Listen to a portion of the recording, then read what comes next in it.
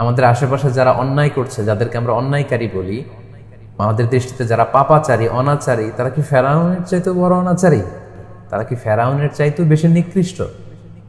ফেরাউন তো বলেছিল আনা রব্বুকুমুল আ'লা, আমি তোমাদের বড় রব। ফাহাশারা ফানাদা ফাকালা আনা রব্বুকুমুল আ'লা, সবাইকে জড়ো করে বলেছিল আমার চেয়ে বড় খোদা, আমার চেয়ে বড় রব আছে কেউ আমি জানিই না। সে আল্লাহর চেয়েও উপরের অবস্থানে, আল্লাহর চেয়েও সে বড়, এরকম দাম্ভিকতা সে দেখিয়েছে। এত বড় সন্ত্রাসীর কাছে, জালিমের কাছে দাওয়াত যখন দিতে বলা হলো, আল্লাহ বললেন ফাকুলা লাহু কওলান লাইয়িনা, হে মুসা এবং হারুন সফট ল্যাঙ্গুয়েজ ইউজ করো।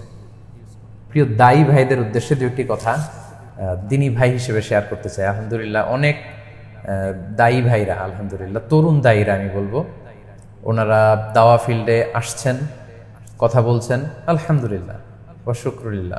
আমার প্রিয় ভাইদেরকে, আমার কলেজের টুকরা দায়ী ভাইদেরকে আমি ওয়েলকাম জানাই, বিশেষ করে তরুণ দায়ীদেরকে। আপনারা এই ময়দানে আসুন, কোরআন সুন্নাহর কথা আপনি ছড়িয়ে দিন। যত বেশি ভাইকে আমরা কোরআনের কথা শোনাতে পারবো এটাই আমাদের সৌভাগ্য, আমরা এটাই তো চাই। আল্লাহ তাআলার কথা, কোরআনের কথা ছড়িয়ে পড়ুক গোটা বিশ্বময়। তো তরুণ দায়ী ভাইদের উদ্দেশ্যে আমি দু একটি বিষয় শেয়ার করতে চাই। প্রথমেই বলে রাখি, যে বিষয়গুলো শেয়ার করব এগুলো একান্তই আমার পার্সোনাল রিয়েলাইজেশন, উপলব্ধি, এবং যে কথাগুলো আমি বলবো এগুলো প্রথমে আমার জন্য রিমাইন্ডার। আমি আমাকে রিমাইন্ড করছি, আমাকে রিমাইন্ডার দিচ্ছি, পাশাপাশি আপনাদেরকেও রিমাইন্ডার দিচ্ছি। কারণ আল্লাহ তাআলা বলছেন ওয়াযাক্কির ফাইন্না যিকরা তানফাউল মুমিনিন, হে নবী আপনি রিমাইন্ডার দিন, আপনি মানুষকে রিমাইন্ডার দিন, কারণ এই রিমাইন্ডারগুলো বিশ্বাসীদের অনেক উপকার করে, অনেক কাজে দেয়।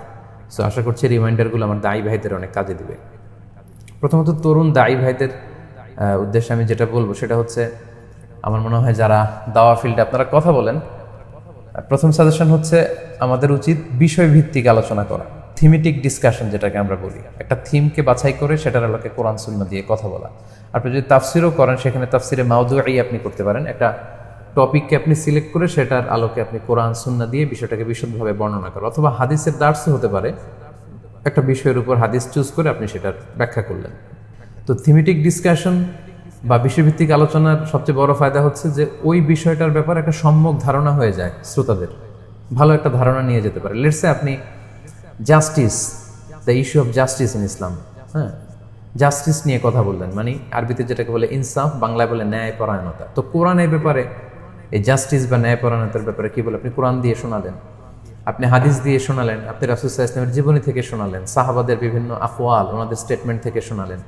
বর্তমান প্রেক্ষাপটে এই যে জাস্টিস ভায়োলেট হচ্ছে, হিউম্যান রাইট ভায়োলেট হচ্ছে, ব্যাপারে কোরআন কি বলে, কিভাবে এই ন্যায়পরায়ণতা, এই জাস্টিসকে ফিরিয়ে আনা যায়, ইনসাফ ভিত্তিক কার্যক্রম কিভাবে পরিচালনা করা যায়, আপনি এটার ব্যাপারে বিশ্লেষণ করলেন। ফলে পুরো ১-১.৫ ঘন্টার আলোচনার মধ্যে ইনসাফ নিয়ে, জাস্টিস নিয়ে কোরআন কি বলে, হাদিস কি বলে, সাহাবারা কি বলেছেন, রাসূল সাল্লাল্লাহু আলাইহি ওয়াসাল্লাম কিভাবে এই জাস্টিস প্রতিষ্ঠা করেছেন বা সাহাবারা কিভাবে প্রতিষ্ঠা করেছেন, এই ব্যাপারে মানুষ একটা ধারণা পেয়ে গেল। সো বিষয়ভিত্তিক আলোচনার গুরুত্ব কিন্তু খুবই বেশি। আমরা যারা দাঈ ইলাল্লাহ, আমাদের এই প্র্যাকটিসটা করা উচিত। কারণ আপনি অনেক মূল্যবান সময় স্যাক্রিফাইস করে এক জেলা থেকে আরেক জেলায় যে কথা বলছেন, যারা আয়োজক কমিটি বিপুল অর্থ ব্যয় সাপেক্ষে তারা বিশাল একটা প্রোগ্রাম অ্যারেঞ্জ করছে, যারা শ্রোতা, হাজার হাজার শ্রোতা, তাদের হাজার হাজার ঘন্টা এখানে ওনারা নষ্ট করছে। সো এখান থেকে কিছু নিয়ে যেতে হবে। এখানে যদি এদিক সেদিক আজে বাজে কথা বলে, অন্যের গীবত করে, অন্যকে খোঁচা মেরে কথা বলে, অন্যকে ছোট করে হেয় করে কথা বলে, অপ্রয়োজনীয় বাজে কথা বলে, অপ্রয়োজনীয় আসর জমানো বিষয়গুলো এনে যদি আপনি পুরো ১-১.৫ ঘন্টা সময় নষ্ট করে দেন, তাহলে আসলে যে উদ্দেশ্যে তাফসীর মাহফিলগুলো অ্যারেঞ্জ করা হচ্ছে ওটা থেকে কিন্তু শ্রোতারা বঞ্চিত হচ্ছে। এবং এটা একটা আমানত, যারা এই দাওয়া কাজ করছেন তাদের কাঁধের উপর এটা অনেক বড় একটা আমানত, এটা আমাদেরকে ফিল করতে হবে। এবং যাদেরকে আল্লাহ তাআলা পরিচিতি দান করেছেন, এটা আরো বড় ধরনের একটা আমানত, কারণ এই পরিচিতিটা দ্বীনের জন্য, ইসলামের জন্য। সো এটার জন্য ইসলামের জন্য ব্যয় হয়। আল্লাহ সবাইকে পরিচিতি দান করেননি, যাদেরকে পরিচিতি দান করেছেন এটা আল্লাহ তাআলার পক্ষ থেকে একটা নেয়ামত, পাশাপাশি আমানত। এটা ফিল করে যেন আমরা দাওয়া কাজ করি। তাহলে প্রথম সাজেশন হচ্ছে বিষয়ভিত্তিক কথা বলা, এবং আপনি বিষয়ের ভেতরেই থাকার চেষ্টা করুন। যদি হতে পারে যে উদাহরণ দেওয়ার জন্য আপনি ডানে বা এদিক সেদিক কিছু উদাহরণ দিলেন, তারপর আপনি আপনার সাবজেক্টে চলে আসুন, আবার আপনি আপনার বিষয়ে কথা বলেন। তো এই টপিক বেসড কথা বললে আসলে শ্রোতারা উপকৃত হয় বেশি, এটা আমাদেরকে খেয়াল রাখতে হবে। এবং আমরা যারা কথা বলি আমাদের অনেক সাবধানে কথা বলা উচিত। সম্মানিত দাঈ ইলাল্লাহ ভাইরা, ক্রস চেক করে কথা বলা, ভালোভাবে নিশ্চিত হয়ে কথা বলা, এই প্র্যাকটিসটা আমাদের করা উচিত। এটার ফলে আপনার একটা গুড ইমপ্রেশন তৈরি হবে, শ্রোতারা বুঝবে যে না, আপনার আলোচনা থেকে অনেক কিছু শেখা যায়, জানা যায়। তো এটা করার জন্য আপনার রেগুলার স্টাডি করতে হবে, প্রতিদিন আপনার স্টাডি করা, রিসার্চ করা, গবেষণার সাথে জড়িত থাকতে হবে। তা না হলে এরকম কোয়ালিটি লেকচার দেওয়া সম্ভব না। আমি দেখি যে আমাদের অনেক দায়ী ভাইরা প্রতিদিন হয়তো তাফসির করছেন, অনেকের 2টা 3টা করে তাফসির এক এক দিনে। তো একজন যদি 2টা 3টা 4টা করে প্রোগ্রাম আপনি করেন, তো আপনি পড়াশোনাটা করেন কোথায়? খুব ফ্র্যাঙ্কলি স্পিকিং, যদি একেবারে লজিক্যালি আমরা চিন্তা করি, আমি যদি 4টা ডেলিভারি একদিনে দেই, তাহলে 4টা ডেলিভারির জন্য যে ম্যাটেরিয়াল আমার প্রিপেয়ার করার দরকার ছিল, এটা আমি কখন করলাম? আমি যদি পর্যাপ্ত পড়াশোনাটা না করি, তাহলে আমি কোয়ালিটি লেকচার দিব কিভাবে? সো আমার মনে হয় রেগুলার মাহফিল করা, প্রতিদিন মাহফিল করা, এটাও একটা বড় সমস্যা কোয়ালিটি লেকচার ডেলিভারি দেওয়ার ব্যাপারে। সো একটু গ্যাপ দিয়ে দিয়ে তাফসীর প্রোগ্রাম যদি আপনি করেন পড়াশোনা করে করে, তাহলে সেই কোয়ালিটি লেকচারগুলো আপনি দিতে পারবেন। অথবা যদি কারো এরকম প্ল্যান থাকে যে আমি 3-4 মাস দাওয়া কাজ করব, ডিসেম্বরের আগে 3-4 মাস আমি খুব ভালো করে স্টাডি করে, লেকচার শিট রেডি করে, ম্যাটেরিয়াল রেডি করে বা দার্স রেডি করে তারপরে সেগুলোর আলোকে করবো, সেটাও হতে পারে। তো সবচেয়ে গুরুত্বপূর্ণ বিষয় হচ্ছে আমাদের আলোচনাগুলো যেন থিমেটিক ডিসকাশন হয়, তাফসির মাউদুঈ, মুহাদারা মাউদুইয়া, বিষয়ভিত্তিক যাতে হয়, লোকজন যাতে উপকৃত হয়। তাহলে দেখা যাবে যে শ্রোতারা যারা আসছে তারা কিছু নিয়ে যেতে পারবে এবং আউটপুটটা খুব বেশি হবে। আমার তরুণ দিনী ভাইয়েরা যারা দাঈ ইলাল্লাহর কাজ করছেন, তাদের জন্য আমার দ্বিতীয় যেই হাম্বল সাজেশন, সেটা হচ্ছে একজন দাঈ ইলাল্লাহর একটা বড় ধরনের বৈশিষ্ট্য হচ্ছে তিনি কোমল ভাষী হবেন, খুব সফট ল্যাঙ্গুয়েজে তিনি কথা বলবেন, কোমল ভাষায়, দরদ মাখা মন নিয়ে তিনি কথা বলবেন। এটা খুব জরুরি। অনেক সময় এটা আমাদের মিসিং হয়ে যায়। হয়তো আমরা কথা বলতে বলতে অপ্রয়োজনে হয়তো উত্তেজিত হয়ে যাচ্ছি, খুব আগ্রাসী হয়ে অ্যাটাকিং একটা অ্যাটিটিউড নিয়ে কথা বলতেছি। এটা অনেক সময় আমরা ভুল করে ফেলি, এটা আমাদের খেয়াল রাখা দরকার। দাওয়ার ল্যাঙ্গুয়েজ হবে ভেরি সফট অ্যান্ড মাইল্ড, এবং এটার ইম্প্যাক্ট এবং ইনফ্লুয়েন্স কিন্তু হৃদয়ের ভিতরে অনেক বেশি। একটু খেয়াল করে দেখুন, সূরা তহার 44 নম্বর আয়াতে আল্লাহ তাআলা ফেরাউনের কাছে দাওয়া নিয়ে যেতে বললেন মূসা আলাইহিস সালাম আর হারুন আলাইহিস সালামকে। কার কাছে দাওয়াত দিতে হবে? ফেরাউনের কাছে, পৃথিবীর সবচাইতে বড় সন্ত্রাসী, সবচাইতে বড় টেরোরিস্ট, সবচাইতে বড় খোদাদ্রোহী, আল্লাহদ্রোহী ফেরাউনের কাছে মূসা আলাইহিস সালাম আর হারুন আলাইহিস সালাম দাওয়াত নিয়ে যাবেন। তো কিভাবে দাওয়াত দিতে আল্লাহ বললেন ফাকুলা লাহু কওলান লাইয়িনা লাআল্লাহু ইয়াতাযাক্কারু আও ইয়াখশা। মানে হে মূসা এবং হারুন, তোমরা 2 ভাই মিলে ফেরাউনের কাছে যে খুব কোমল ভাষায়, very soft and mild language use করে তোমরা তাকে দাওয়া দাও। সফট ভাষায়, খুবই সফট, দরদ মাখা মন নিয়ে কোমল ভাষায় যে ফেরাউনকে দাওয়াত দাও। লাআল্লাহু ইয়াতাযাক্কারু আও ইয়াখশা, হতে পারে যে তোমাদের এই সফট ল্যাঙ্গুয়েজ শুনে, তোমাদের দরদ মাখা কথা শুনে সে হয়তো উপদেশ গ্রহণ করবে, হয়তো সে ফিরে আসতে পারে। আও ইয়াখশা, অথবা সে আমাকে ভয় করতে পারে। সম্মানিত প্রিয় ভাইয়ের আমার, একটু খেয়াল করে দেখেন, ফেরাউনকে যখন দাওয়াত দিতে বলা হচ্ছে, আল্লাহ বলেছেন কুলা লাহু কাওলান লাইয়িনা, সফট ল্যাঙ্গুয়েজে কথা বলো, কোমল ভাষায়, যাতে ওদের হৃদয়ে পৌঁছে যায় কথাটা, যাতে টাচ করে। তো এখন আমাদের আশেপাশে যারা অন্যায় করছে, যাদেরকে আমরা অন্যায়কারী বলি, আমাদের দৃষ্টিতে যারা পাপাচারী, অনাচারী, তারা কি ফেরাউনের চাইতেও বড় অনাচারী? তারা কি ফেরাউনের চাইতেও বেশি পাপাচারী? তারা কি ফেরাউনের চাইতেও বেশি নিকৃষ্ট? ফেরাউন তো বলেছিল আনা রব্বুকুমুল আ'লা, আমি তোমাদের বড় রব। ফাহাশারা ফানাদা ফাকালা আনা রব্বুকুমুল আ'লা, সবাইকে জড়ো করে বলেছিল আমার চেয়ে বড় খোদা, আমার চেয়ে বড় রব আছে কেউ আমি জানিই না। সে আল্লাহর চেয়েও উপরের অবস্থানে, আল্লাহর চেয়েও সে বড়, এরকম দাম্ভিকতা সে দেখিয়েছে। এত বড় সন্ত্রাসীর কাছে, জালিমের কাছে দাওয়াত যখন দিতে বলা হলো, আল্লাহ বললেন ফাকুলা লাহু কাওলান লাইয়িনা, হে মূসা এবং হারুন, সফট ল্যাঙ্গুয়েজ ইউজ করো, মর্মস্পর্শী, হৃদয়স্পর্শী ভাষা দিয়ে তার সাথে কথা বলো, তাকে দাওয়াত দাও, দরদ মাখা হৃদয় নিয়ে দাওয়াত দাও। সো এটা অনেক সময় আমরা মিসিং করে ফেলি। আপনি যদি কাউকে শুধরাতে চান, আসলেই যদি আপনি কাউকে কারেক্ট করতে চান, সংশোধন করতে চান, শুধরাতে চান, তাকে সফট ভাষায় বলতে হবে। আপনি যদি তাকে হিট করে কথা বলেন, আগ্রাসী একটা অ্যাটিটিউডে যদি আপনি, ফাইটিং অ্যাটিটিউডে যদি কথা বলেন, ডিরেক্টলি তাকে ইঙ্গিত করে যদি কথা বলেন, সে জীবনেও শুধরাবে না। এটাই হিউম্যান নেচার। মানুষকে কোমল ভাষায় যদি বলা যায়, দরদ দিয়ে যদি বলা যায়, তাহলে হয়তো সে শুনবে। অর্থাৎ একটা যারা ভুল করছে, যারা অন্যায় করছে, আমাদের দৃষ্টিতে যারা পাপাচারী, যারা ভুল করেছে, যারা সঠিক পথে নেই, তাদের জন্য একটা ভালোবাসা আমার হৃদয়ে থাকতে হবে। অর্থাৎ আমি যে তার শুভাকাঙ্ক্ষী এটা তার ফিল করতে হবে, সেজন্য ফিল করে যে শুভাকাঙ্ক্ষী। আপনি যখন দাওয়া কাজ করতে যাবেন আগে তাদের জন্য দোয়া করা উচিত। একটা টপিক নিয়ে যখন আপনি কথা বলবেন, আপনার অ্যাটিটিউডটা এমন থাকা উচিত আমাদের যে আল্লাহ এই কথাটা আমার ভাইদের হৃদয়ে তুমি ঢুকিয়ে দিও। আপনার একটা দরদ থাকা দরকার। হায়রে আমার ভাইরা বুঝতেছে না, হায়রে লোকগুলো তো বিপদে চলে গেল, আহারে তারা তো শয়তানের ফাঁদে পা দিয়ে অন্ধকার পথে চলে গেল। তাদের জন্য একটা দরদ, একটা ভালোবাসা, তাদের জন্য একটা ফিলিংস নিয়ে আপনার এই দাওয়া কাজ করতে হবে। তো এটা আমরা অনেক সময় মিস করে ফেলি। এই কোমল ভাষায় দরদ মাখা মন নিয়ে দাওয়াটা যে পৌঁছাতে হয়, তার বিপরীতে আমরা প্রায়ই হয়তো উত্তেজনা ছড়িয়ে ফেলি, হয়তো খুব বেশি অ্যাগ্রেসিভ হয়ে যাই, এবং আমরা হয়তো ভাবছি যে এটাই হয়তো রাইট অ্যাপ্রোচ, কিন্তু অনেক সময় এটা হিতে বিপরীত হয়ে যায়। আমরা যদি রাসূল সাল্লাল্লাহু আলাইহি ওয়াসাল্লামের জীবনের দিকে তাকাই, তাহলে আমরা দেখব যে আল্লাহ তাআলা বলছেন, ফাবিমা রাহমাতিন মিনাল্লাহি লিনতা লাহুম। নবী হে, আল্লাহর রহমতে আপনি, আল্লাহর মেহেরবানিতে আপনি কোমল হৃদয়ের অধিকারী হয়েছেন। লিনতা লাহুম ওয়ালাউ কুনতা ফাদ্দান গালিযাল কলবি লানফাদ্দু মিন হাওলিক। আপনি যদি কর্কশ ভাষী হতেন, রূঢ় ভাষী হতেন, অ্যাগ্রেসিভ হতেন, আগ্রাসী মনোভাবের হতেন, আপনার থেকে লোকেরা ভেগে ভেগে পালিয়ে যেত। এই যে এখন আপনাকে দেখলে, আপনার কোমল হাসি দেখলে, আপনার দরদ মাখা কথা দেখলে যেমনি আপনার চারদিকে লোকজন ভিড়তে থাকে, এরকম ভিড়তো না, আপনাকে ছেড়ে সবাই পালাতো। সো এটা আমাদের খেয়াল রাখা দরকার। অনেকে বলে যে রাসূল সাল্লাল্লাহু আলাইহি ওয়াসাল্লাম তো ভাষণ দিতেন, গরম ভাষণ, চোখ লাল হয়ে যেত, গড় গড় করতেন, কণ্ঠ উঁচু হয়ে যেত। রাসূল সাল্লাল্লাহু আলাইহি ওয়াসাল্লামের সব ভাষণ এরকম ছিল না। যেই ভাষণগুলো তেজস্বী জ্বালাময়ী ভাষণ দেওয়া দরকার ছিল, এগুলো রাসূল সাল্লাল্লাহু আলাইহি ওয়াসাল্লাম তেজস্বী ভাষণে দিতেন। কিন্তু রাসূল সাল্লাল্লাহু আলাইহি ওয়াসাল্লামের বেশিরভাগ কথা, রাসূল সাল্লাল্লাহু আলাইহি ওয়াসাল্লামের বেশিরভাগ দাওয়া অ্যাপ্রোচ ছিল কোমল দরদি একটা হৃদয় নিয়ে তিনি কথা বলতেন। সাহাবারা বলতেন ওয়াজিলাত মিনহাল কুলুব। রাসূল সাল্লাল্লাহু আলাইহি ওয়াসাল্লামের কথা শুনে আমাদের হৃদয় গলে যেত। জারাফাত মিনহাল উয়ুন, আমাদের চোখ দিয়ে দাঁড় দাঁড় করে পানি নামতো বিষ্ণু সাল্লাল্লাহু আলাইহি ওয়াসাল্লামের এই চমৎকার কথাগুলো শুনে। সো এটার জন্য আমরা খেয়াল রাখি, আমরা যদি কাউকে সংশোধনের নিয়তেই কথা বলি, আমরা যেন তাদের প্রতি আগ্রাসী না হয়ে উঠি, বরং একটা দরদ মাখা হৃদয় নিয়ে যেন আমি কথা বলি।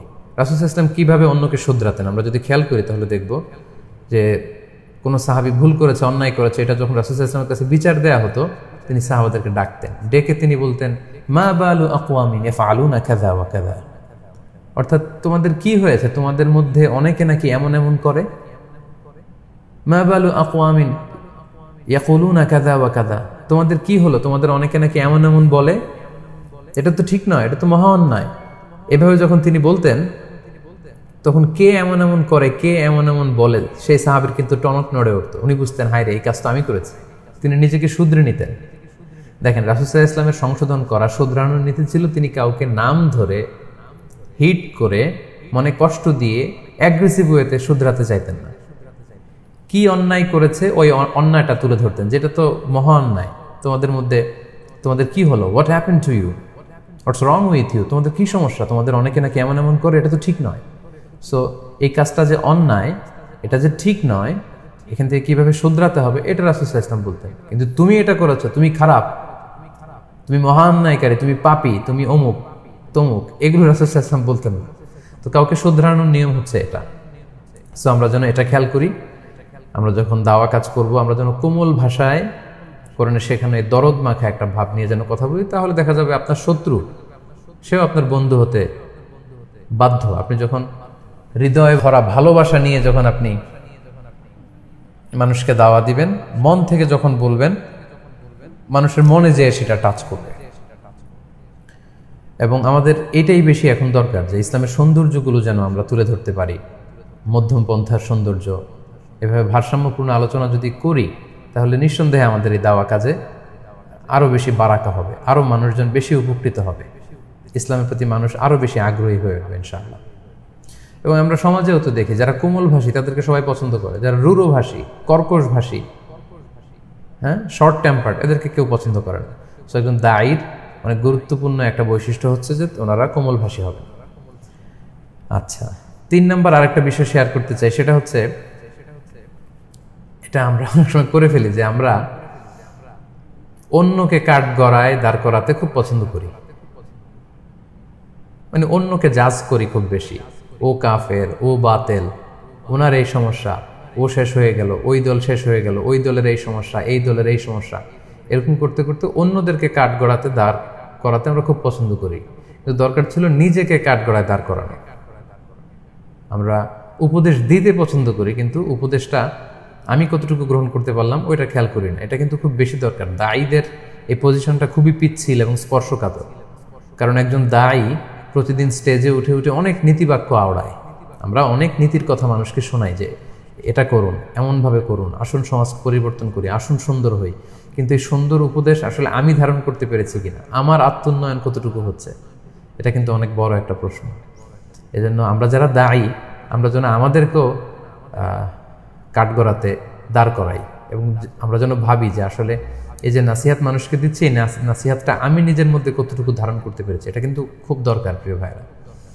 আমি আসলে হাজার হাজার মানুষ হয়ে গেল, আমাকে স্লোগান দিয়ে মানুষ বাহবা দিচ্ছে, আমার মন্ত্রমুগ্ধ করা আলোচনা শুনে মানুষ অবাক হচ্ছে, সারা রাত আমি এই আলোচনা করে আসলাম, কিন্তু এই চমৎকার কথাগুলো এগুলো আমি আসলে আমার জীবনে কতটুকু বাস্তবায়ন করতে পারছি বা করছি, এটা কিন্তু খুব দরকার। আমি মানুষকে আখিরাতমুখী হতে বলছি, কিন্তু আমি কতটুকু আখিরাতমুখী। আমি শেখাচ্ছি যে লেনদেনে স্বচ্ছ থাকাটা হচ্ছে ইসলাম। একজন দায়ী হিসেবে আমার লেনদেন কতটুকু স্বচ্ছ, কথা কাজে যদি মিল না থাকে, আমরা আলোচনায় বলছি যে এটা মুনাফিকের আলামত, আমার কথা এবং কাজে কতটুকু মিল। সো আমাদেরকে আমাদের নিজেদেরকেও কাঠগড়ায় একটু দাঁড় করানো উচিত। আমরা কতটা চারিত্রিক পরিচ্ছন্নতা অর্জন করছি, do I live a chaste life or decent life, এটা কিন্তু আমাদেরকে এগুলো প্রশ্ন করা উচিত। এবং এগুলো থেকেই মানুষ বেশি ইনফ্লুয়েসড হয়। আপনি কল্পনা করতে পারবেন না আপনার চলা বলা কথাতে মানুষ কত বেশি ইনফ্লুয়েসড হবে। আপনি যে আমরা ওরালি দাওয়া করছি, মৌখিকভাবে মানুষকে দাওয়াত দিচ্ছি, এটার চেয়ে বেশি ইনফ্লুয়েন্সিয়াল হচ্ছে যে আপনাকে দেখে মানুষ যেটা শিখবে ওইটা মানুষের মধ্যে ইম্প্যাক্ট পড়ে খুব বেশি। ওমরে ফারুক রাদিয়াল্লাহু তাআলা আনহু উনি ওনার সাথীদেরকে প্রায় একটা কথা বলতেন যে কুনু দুআতান ইলাল্লাহি ওয়া আনতুম সামিতুন, তোমরা আল্লাহর রাস্তায় দাওয়াতি কাজে বের হয়ে যাও এমন অবস্থায় যে তোমরা চুপ, কোনো কথা বলবে না। ওনার সাহাবারা, ওনার সাথীরা বললেন, কিলা ওয়া কাইফা যালিক ইয়া আমিরুল মুমিনিন, হে আমিরুল মুমিনিন, এটা আবার কিভাবে সম্ভব? আমাদেরকে দাওয়াতি কাজ করতে বলেন, দাঈ ইলাল্লাহ হয়ে ময়দানে ছড়িয়ে পড়তে বললেন, আবার বললেন যে আমরা যেন চুপ থাকি।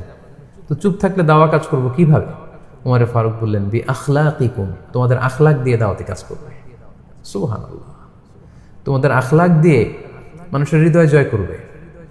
আপনার কথায়, আপনার আচরণে, আপনার লেনদেনে মানুষ শিখবে। আপনার আখলাক থেকে মানুষ যতটা বেশি ইনফ্লুয়েসড হবে, আপনার কথায় অত বেশি ইনফ্লুয়েসড হবে না। মানুষ যখন দেখবে যে আপনি সময় মতো নামাজটা পড়েন এজ এ দাঈ, যখন দেখবে যে আপনি যা বলেন তাই করেন, আপনি আত্মীয় স্বজনের সাথে সুসম্পর্ক রাখেন, আপনি ঘরে খুব রহম দিলের একজন মানুষ, আপনি কাউকে ঠকান না, আপনি সবার জন্য হৃদয়ে ভরা ভালোবাসা রাখেন, সবার কল্যাণ আপনি কামনা করেন। সো আপনার এই গুড অ্যাটিটিউডগুলো দেখে, আপনার আখলাকগুলো দেখে মানুষ শিখবে। এটাই আপনার দাওয়া, এটা সবচেয়ে পাওয়ারফুল দাওয়া এবং এটাই কিন্তু খুবই ইফেক্টিভ দাওয়া এবং নিজের এই আচরণ দিয়ে কিন্তু মেসেজ পৌঁছানো খুব বেশি সহজ। সো সম্মানিত ভাইয়েরা, আমরা নিজেদেরকেও যেন একটু মাঝে মাঝে আত্মসমালোচনা করি যে এই যে আমি দায়ী, আমাকে মানুষ নসিহত করতে বলে, উপদেশ দিতে বলে, মানুষকে কিভাবে ভালো করা যায়, কিভাবে সমাজটাকে সুন্দর করা যায়, মানুষকে সুন্দর হতে আমি বলি, কিন্তু আমি আসলে নিজেকে কতটা সুন্দর করতে পেরেছি, এই বিষয়গুলো কিন্তু আমাদের ভাবা দরকার একজন দায়ী হিসেবে। আমি কোরআনের কথা বলি, আমি কোরআনের ধারক বাহক, তাই বলে আমি কি নীতির ঊর্ধ্বে, আমি আইনের ঊর্ধ্বে, আমি কি নৈতিকতা, মোরাল ভ্যালিউজ এগুলোর ঊর্ধ্বে? না, সবার আগে এগুলো আসলে আমার মধ্যে অ্যাপ্লাই করা উচিত, যাতে করে আমি আমার নিজেকে সুন্দর করতে পারি। আমি যা বলি আমি যেন তা ধারণ করতে পারি। সবসময় নিজেকে রিমাইন্ডার দেয়া, সবসময় নিজেকে কাঠগড়ায় দাঁড় করিয়ে নিজের সাথে এই বোঝাপড়াটা সেরে নেয়। আমার মনে হয় এভাবে আমরা নিজেদেরকে আরো সমৃদ্ধ করতে পারি। তরুণ দায়ী ভাইদের জন্য আরো কয়েকটা কথা বলবো। সেটা হচ্ছে, আমরা যখন কথা বলবো আমার মনে হয় বাস্তবসম্মত কথাগুলো বলা উচিত, যেটা বাস্তবতার সাথে যায় না এরকম কথা বলে যেন আমরা লোকজনদেরকে বিভ্রান্ত না করি। আমি যে আয়াত দিয়ে আলোচনা শুরু করেছিলাম যে উদউ ইলা সাবিলি রাব্বিকা বিল হিকমা ওয়াল মাউইদাতিল হাসানা, হিকমা আর চমৎকার উপদেশের মাধ্যমে দাওয়াত দাও। এই হিকমাতটা কি? হিকমাত হচ্ছে নলেজের সাথে যখন কমন সেন্স যুক্ত হয় ওইটা হিকমাত। নলেজ হচ্ছে কোরআন সুন্নাহ আর কমন সেন্স হচ্ছে আল্লাহ তাআলা আমাদের প্রত্যেককে যা দিয়ে দিয়েছেন এটা হচ্ছে কমন সেন্স। তো এই কোরআন সুন্নাহর কথাগুলো আমরা কমন সেন্সের থ্রুতে আমরা বুঝে এবং কমন সেন্স দিয়ে যখন মানুষকে বুঝাবো তখন এটা উইজডম, প্রজ্ঞা হিসেবে রূপ নেবে এবং তখনই সেটা মানুষের হৃদয়ে টাচ করবে। সো এই বাস্তবসম্মত কথা আমাদের বলা দরকার। আরেকটা বিষয় হচ্ছে টু দ্য পয়েন্টে কথা বলা, এটাও খুব জরুরি। আমরা দেখা যায় যে বিষয়ের ভিতরে আমরা থাকি না, এদিক সেদিক কথা খুব বেশি বলি, এটা অনুশীলনের বিষয়। প্রেসাইজ কথা বলা, আম্বিয়া আলাইহিমুস সালাম ওনাদের দাওয়াতে জিন্দেগি যদি আমরা দেখি যে ওনারা খুব প্রেসাইজ কথা বলতেন, অল্প কথা কিন্তু এটার ইম্প্যাক্ট ছিল খুব বেশি। এবং আরবিতেও বলা হয় খয়রুল কালামি মা কল্লা ওয়া দাল্লা ওয়ালাম ইয়াতুল ফায়ামাল্লা, অর্থাৎ সবচেয়ে সুন্দর কথা হচ্ছে যেটা খুব কম কম বলা হয় কিন্তু এটার প্রভাব থাকে বেশি, ফলে মানুষ বিরক্ত হয় না, মানুষ এটা থেকে অনেক কিছু শিখতে পারে। সো প্রেসাইজ কথা বলার অভ্যেস করা, পাশাপাশি সহজ সাবলীল উপস্থাপনের চেষ্টা করে, এটা খুব দরকার। সহজ করে উপস্থাপনের চেষ্টা করা, এটা অনুশীলনের ব্যাপার। এটা অনুশীলন প্র্যাকটিস করতে করতে একটা মানুষের মধ্যে আসে। সহজ করে কইতে আমায় কহজে, সহজ করে যায় না কওয়া সহজে। সহজ করে আসলে বলাটা অত সহজ না, ওইটা অনুশীলন করতে হয়, প্র্যাকটিস করতে হয়। সো ইসলামের বাণীগুলো যখন আমরা প্রচার করব, কোরআন সুন্নাহর কথা যখন প্রচার করব, এটা যতটা সহজ, সিম্পল, ইজি অ্যান্ড স্মুথলি যেন আমরা এটা প্রচার করি। আল্লাহ রাসূল সাল্লাল্লাহু আলাইহি ওয়াসাল্লাম সবসময় বলতেন, ওনার সে আশা জাগা নিয়ে বাণী, ইয়াসসিরু ওয়ালা তুআসসিরু বাশশিরু ওয়ালা তুনাফফিরু, তোমরা সহজ করো, কঠিন করো না। সুসংবাদ দাও মানুষকে, দিন থেকে ভাগিও না, ভয় দেখিও না। আমরা ভয় দেখাই বেশি, কঠিন করি বেশি, আমরা যেন সহজ করি। এবং সূরা হাজে আল্লাহ তাআলা বলেছেন, ওমা জাআলা আলাইকুম ফিদ-দীনি মিন হারাজ, এই ধর্মে, ইসলামে আমি কোনো কাঠিন্যতা রাখিনি, জটিলতা রাখিনি। কাঠিন্যতা, জটিলতা এগুলো আসলে আমরা তৈরি করি। ইসলাম আমাদের জন্য কোনো জিনিস জটিল করে উপস্থাপন করেনি। তরুণ দায়ীদের উদ্দেশ্যে সর্বশেষ যে কথাটা, সেটা হচ্ছে আমাদের যুবক ভাইরা গত কয়েক বছর আমরা দেখেছি যে তাফসির প্রোগ্রামে খুব বেশি আসে। যারা শ্রোতা তাদের মধ্যে যুবক শ্রেণী অনেক বেশি, তো এটা অনেক আশাব্যঞ্জক একটা দিক।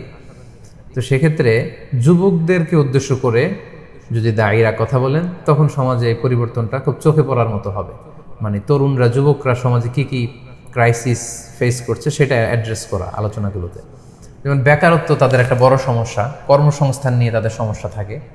অনেক যুবকরা পর্ণাসক্তিতে আছে, কেউ মাদকাসক্ত, কেউ পর্ণাসক্ত, কেউ টাইমলি ম্যারেজ নিয়ে চ্যালেঞ্জ ফেস করছে, ইউনিভার্সিটিতে ঢুকে অনেক রিলেশনশিপে জড়ায় যাচ্ছে। এই যে তাদের নানা ধরনের সামাজিক, ব্যক্তিগত জীবনে উঠতি বয়সে তরুণদের যে সমস্যা, এই সমস্যাগুলোর সমাধান কোরআন সুন্নাহর আলোকে কীভাবে দেয়া যায়, এই কথাগুলো যদি আমরা মাঠে ময়দানে বেশি বেশি বলি, তাহলে আমাদের এই ইয়াং সোসাইটি, আমাদের তরুণ সমাজ, তারা পথ হারা হবে না, বরং তারা ইসলামের প্রতি আরও বেশি আগ্রহী হবে।